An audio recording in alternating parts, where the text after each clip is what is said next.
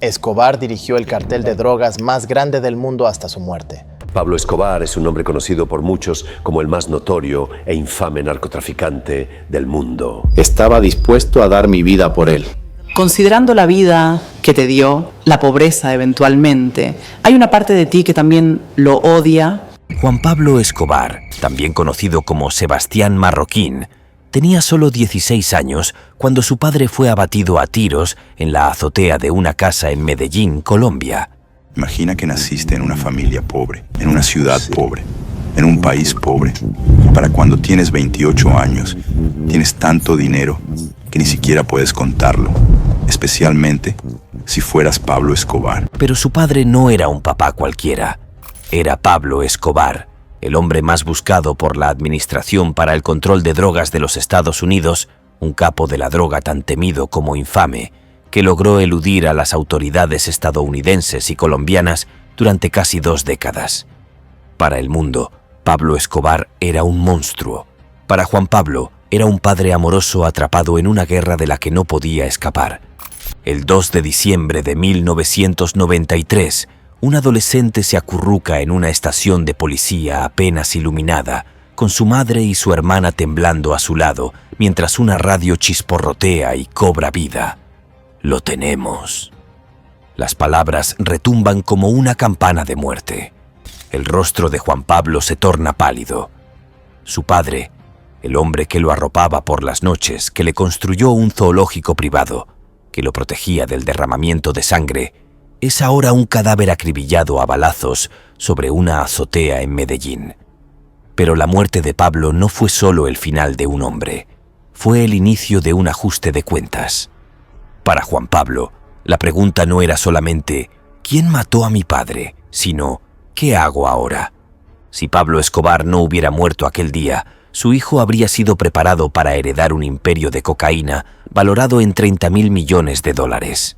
En cambio, Juan Pablo se enfrentó a una decisión: buscar venganza contra los traidores de su padre o desafiar por completo el apellido Escobar. Lo que siguió fue una travesía que ningún guión de Hollywood podría inventar. Una historia de perdón a la sombra del genocidio y la búsqueda de un hijo por desmantelar el legado de su padre. Pero para entender la imposible decisión de Juan Pablo, primero debemos enfrentarnos al hombre que moldeó su vida. Pablo Escobar. Un hombre tan temido que gobiernos enteros temblaban al oír su nombre. Un hombre tan rico que enterró $2.100 millones en efectivo en fincas colombianas, dinero que aún sigue desaparecido. Un hombre tan violento que una vez ordenó un atentado que mató a 110 personas inocentes, solo para enviar un mensaje. Y sin embargo, para Juan Pablo, él era papi, un hombre que construía parques para los pobres, que lloraba en las cenas familiares y que juraba que sus crímenes eran por el futuro de sus hijos. Esa dualidad atormentaba a Juan Pablo. ¿Cómo podían las mismas manos que le acariciaban el cabello de niño detonar coches bomba que mutilaban a escolares? ¿Cómo podía un hombre que donaba millones a los barrios humildes de Medellín ser también quien orquestaba el asesinato de un candidato presidencial? Cuando la verdad finalmente rompió la fachada dorada de Pablo, ¿cómo podía Juan Pablo no buscar venganza contra quienes destruyeron a su familia? La respuesta está en un secreto que Juan Pablo ha revelado hace apenas unos años. Un testimonio escalofriante sobre lo que su padre les hacía a los traidores y por qué él, el heredero del imperio Escobar, eligió un camino de paz. Pero primero, retrocedamos al principio, al ascenso de un monstruo, la corrupción que lo alimentó y el hijo que se atrevió a romper el ciclo. La creación de un monstruo. Para todos los que lo conocieron, Pablo Escobar era sinónimo de miedo. En el punto más alto de su carrera criminal, ganaba $140 millones en efectivo, cada día. Pero esto no era solo riqueza, era dinero manchado de sangre, ganado a fuerza de masacrar a cualquiera que se interpusiera en su camino, y a veces también mataba a sus familias. Para entender cómo el hijo de un campesino pobre se convirtió en el hombre más buscado del mundo, tenemos que regresar al principio, a los barrios marginales de Río Negro, Colombia, donde comenzó la historia de Pablo. Pablo Emilio Escobar Gaviria nació el 1 de diciembre de 1949, en un entorno marcado por la pobreza extrema. Su padre, Abel de Jesús Dari, era agricultor y su madre, Hermilda Gaviria, era maestra de escuela. Desde pequeño, Pablo soñaba con escapar de esas circunstancias, pero a diferencia de su madre, que creía que la educación era la clave para una vida mejor, Pablo no veía esperanza alguna en la escuela. Él quería dinero rápido y no le importaba cómo conseguirlo. A los 12 años, Pablo ya se había metido en el mundo del crimen. Comenzó robando lápidas de los cementerios locales, lijando los nombres y revendiéndolas a contrabandistas. Era un negocio macabro, pero le enseñó una lección fundamental. El crimen dejaba más dinero que cualquier otro trabajo. Pronto pasó a robar autos y vender billetes de lotería falsos. Para cuando llegó a la adolescencia, Pablo se había convertido en un estafador hábil, conocido por su carisma, su astucia y su brutalidad. Pero no fue sino hasta la década de los 70 que Pablo descubrió su verdadera vocación, la cocaína. En aquel entonces, Colombia se había convertido en un punto estratégico para el narcotráfico, gracias a su ubicación entre Perú y Bolivia, países productores de cocaína, y la demanda insaciable de los Estados Unidos. Pablo vio una oportunidad y la aprovechó. Empezó de a poco, transportando kilos de cocaína en maletas a través de vuelos comerciales. Pero en cuestión de años ya había construido una red gigantesca de pilotos, contrabandistas y distribuidores, la base de lo que más tarde sería el Cartel de Medellín. El Cartel de Medellín no era solo una operación de drogas, era un imperio criminal. En su apogeo, controlaba el 80% del comercio mundial de cocaína, inundando las ciudades estadounidenses con polvo blanco y generando miles de millones en ganancias. Pero el éxito de Pablo tuvo un precio terrible. Para proteger su imperio, declaró la guerra a todo aquel que lo amenazara: carteles rivales, fuerzas del orden, políticos e incluso civiles inocentes. Su lema era claro: plata o plomo, acepta el soborno o acepta la bala. Una de las primeras víctimas de Pablo fue Diego Echeverría, un político adinerado y filántropo. En 1971, Pablo lo secuestró y pidió un rescate de $50,000. Cuando recibió el dinero, lo liberó, solo para perseguirlo y asesinarlo semanas después. Fue una lección brutal en la filosofía de Escobar. La lealtad lo era todo y la traición se pagaba con la muerte. Esta realidad despiadada, una que Pablo inculcó en quienes lo rodeaban, marcaría profundamente la visión del mundo de Juan Pablo a medida que crecía. Pero mientras observaba las acciones de su padre, Juan Pablo empezó a cuestionar esa delgada línea entre el bien y el mal. Pablo no era solo un asesino, era un maestro de la manipulación. Entendía el poder de la percepción pública y lo usaba a su favor. Para los pobres de Colombia, él era una especie de Robin Hood moderno. Construyó canchas de fútbol, hospitales e incluso todo un barrio en Medellín para alojar a personas sin hogar. Repartía dinero a familias necesitadas y pagaba los entierros de quienes morían en la violencia del cartel. Para ellos, Pablo no era un monstruo, era un salvador. Esta dualidad tan confusa dificultaba aún más que Juan Pablo pudiera reconciliar al padre que adoraba con el hombre que ordenó tantos asesinatos. Esa dualidad perseguía a Juan Pablo. A medida que crecía, el peso de las acciones violentas de su padre se volvía más imposible de ignorar. ¿Cómo podían las mismas manos que le acariciaban el cabello de niño detonar coches bomba que mutilaban a escolares?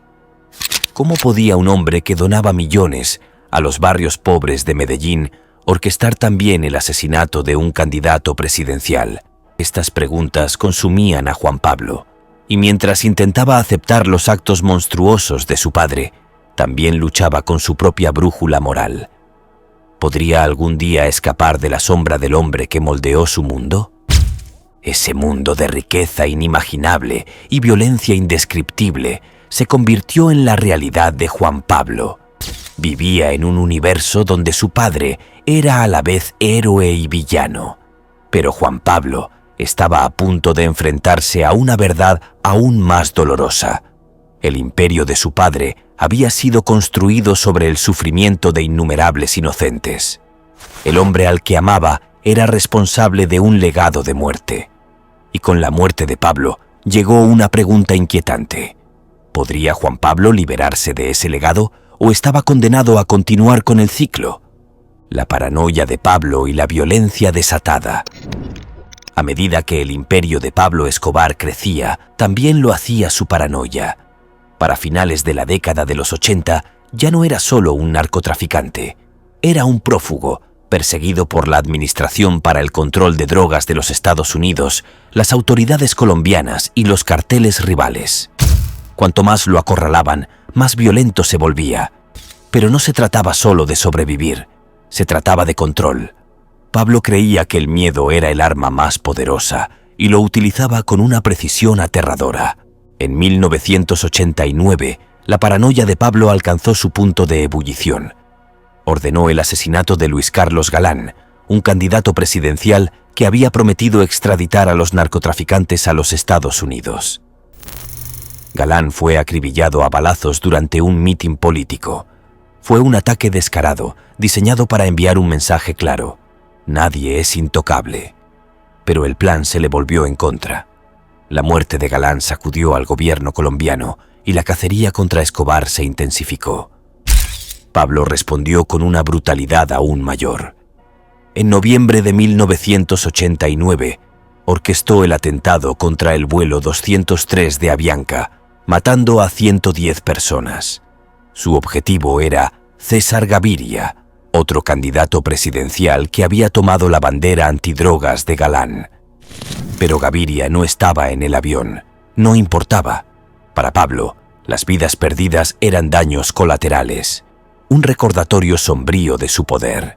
Como confesó uno de sus lugartenientes años después, a Pablo no le importaba quién muriera, mientras sus enemigos recibieran el mensaje. Pero la violencia de Pablo no se dirigía solo a sus enemigos, también devoraba a sus aliados. Dentro del cartel, la lealtad lo era todo, y la traición, una sentencia de muerte. Tomemos el caso de Carlos Legder, uno de los primeros socios de Pablo. Cuando Legder comenzó a cuestionar su liderazgo, fue eliminado sin demora.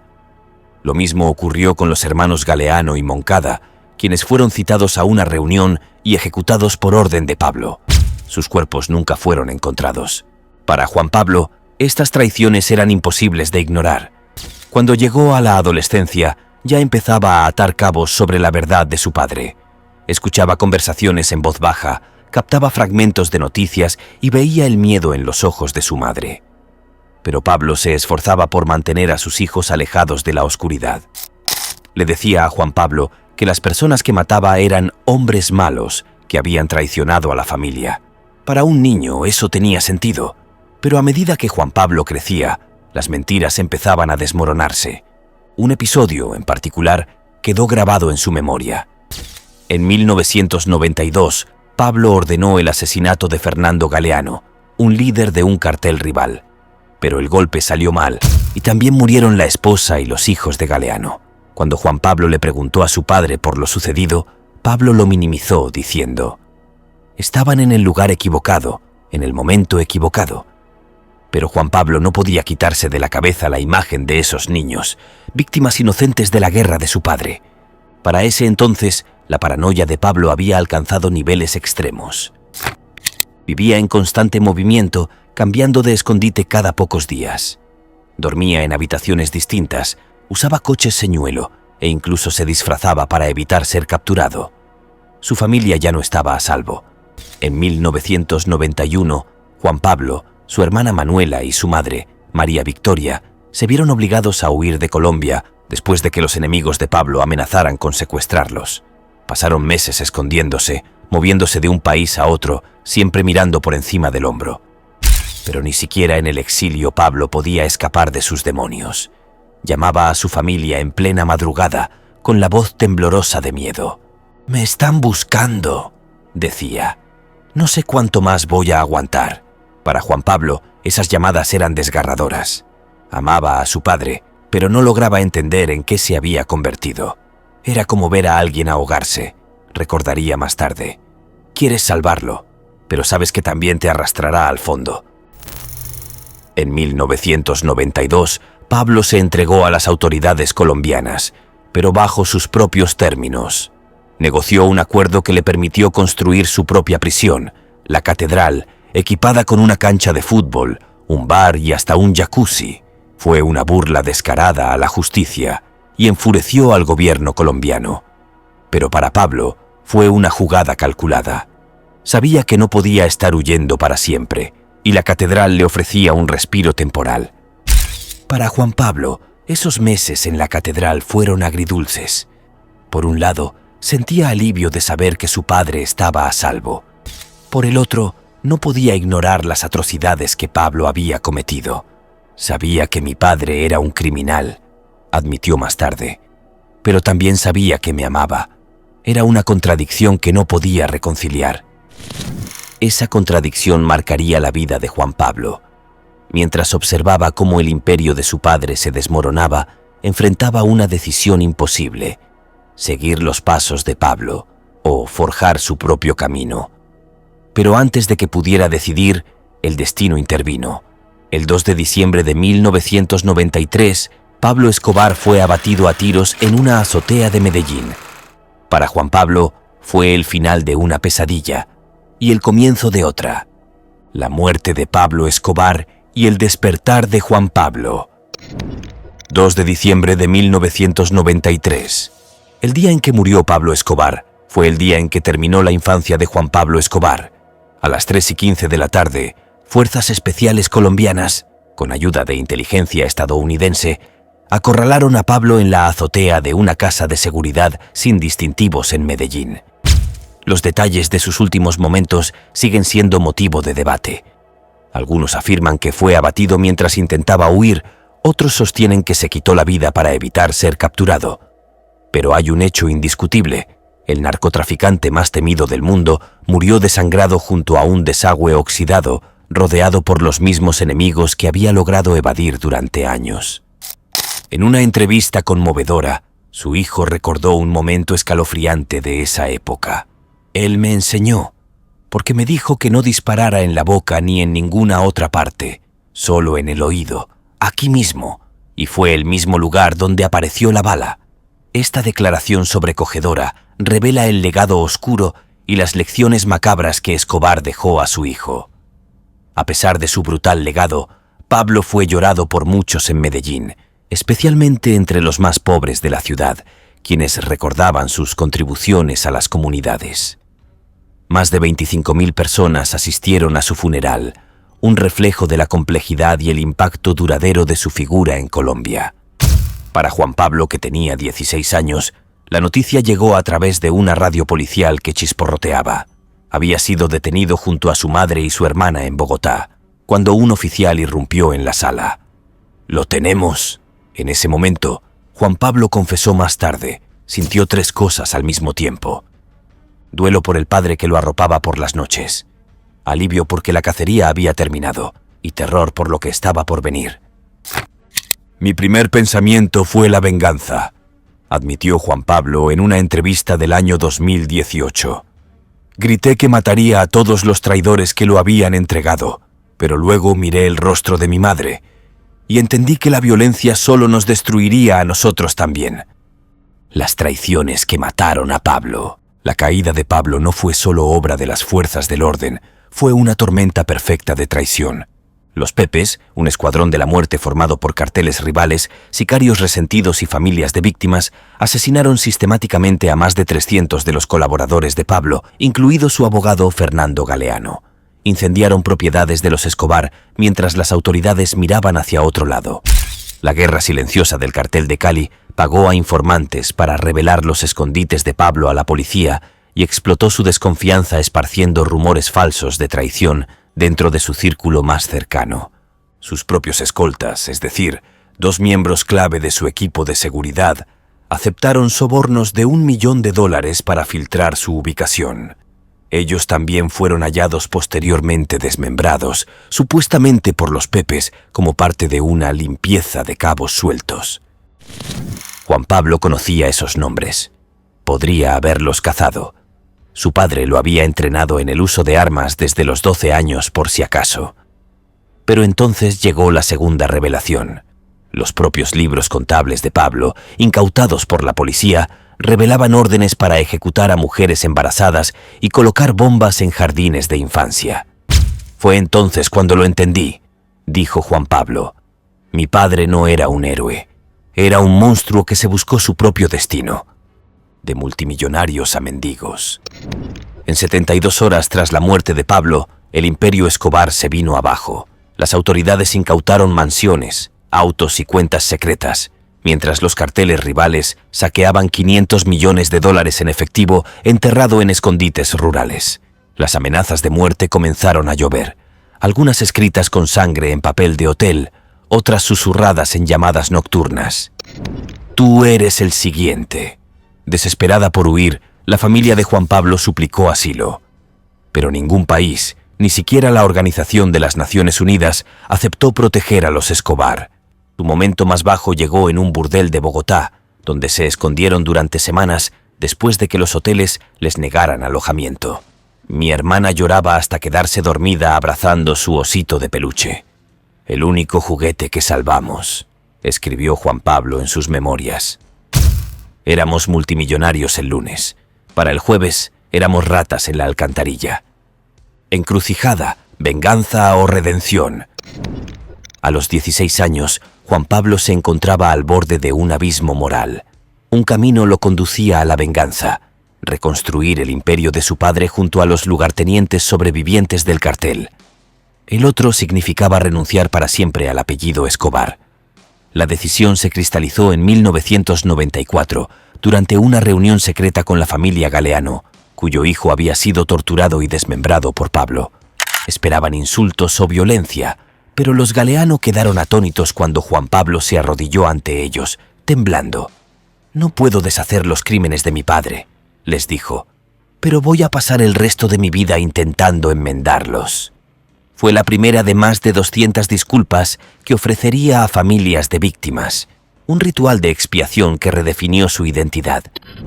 Abandonó el apellido Escobar para adoptar el de Sebastián Marroquín. Se graduó como arquitecto en Argentina y se convirtió en un activista en contra del narcotráfico. «Perdonar no es olvidar», le dijo a la British Broadcasting Corporation.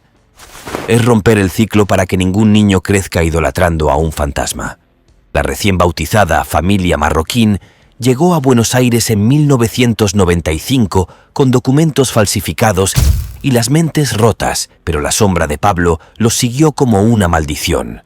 Lo que vino después fueron 5 años de terror implacable. 5 años en el infierno.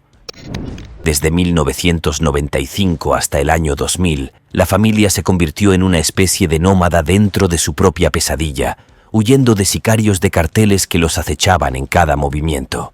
Cambiaron de escondite 17 veces, desde vecindades en ruinas hasta sótanos sin ventanas. Cada mudanza era un intento desesperado por mantenerse un paso adelante de la muerte. El desgaste psicológico fue devastador.